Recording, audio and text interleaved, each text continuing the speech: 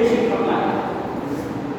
এই জন্য আল্লাহ রাসূল বলেন, ও আমার উম্মতরা তোমরা শুনে রাখো, হযরত আবু হুরায়রা রাদিয়াল্লাহু তাআলা আনহু বর্ণনা করেন বুখারী শরীফের শেষ হাদিস, একদম শেষ হাদিস, হুজুর সাল্লাল্লাহু আলাইহি ওয়াসাল্লাম বলেন, ও আমার উম্মতরা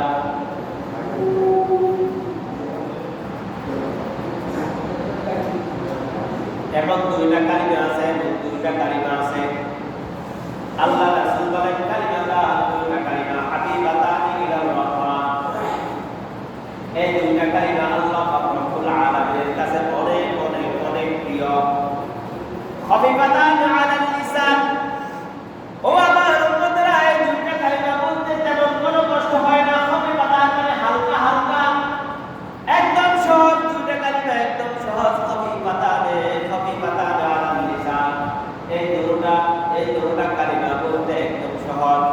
তাকিলাতান ফিল মিজান, ও আমার উম্মতরা কাল কিয়ামতের ময়দানে যখন তোমাদেরকে কি করা হবে, কিয়ামতের ময়দানে যখন উঠানো হবে, যখন তোমার আমলনামাটা যখন মাপানো হবে, যখন আমলনামাটা তোমার মিজানের উপরে তোলা হবে, তখন আল্লাহ পাক রব্বুল আলামিন এই তোমার এই আমলটাকে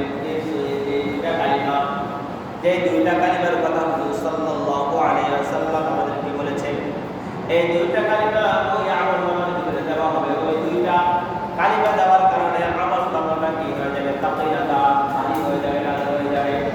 আল্লাহ রাসূল বলেন তাকিলাতান আলা ফিল মিজান, এই দুইটা কালিমা বলতে সহজ, আল্লাহর কাছে প্রিয়, এবং মিজানের মধ্যে এটা সবচাইতে ভারী হবে, অনেক ভারী হবে। ওই দুইটা কালিমা কি?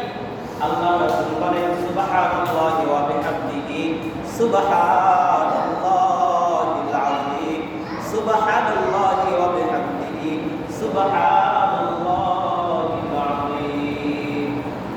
একদম সহজ না? কত বড় সহজ না? সুবহানাল্লাহি ওয়া বিহামদিহি, বলেন আমার সাথে বলেন সুবহানাল্লাহি ওয়া বিহামদিহি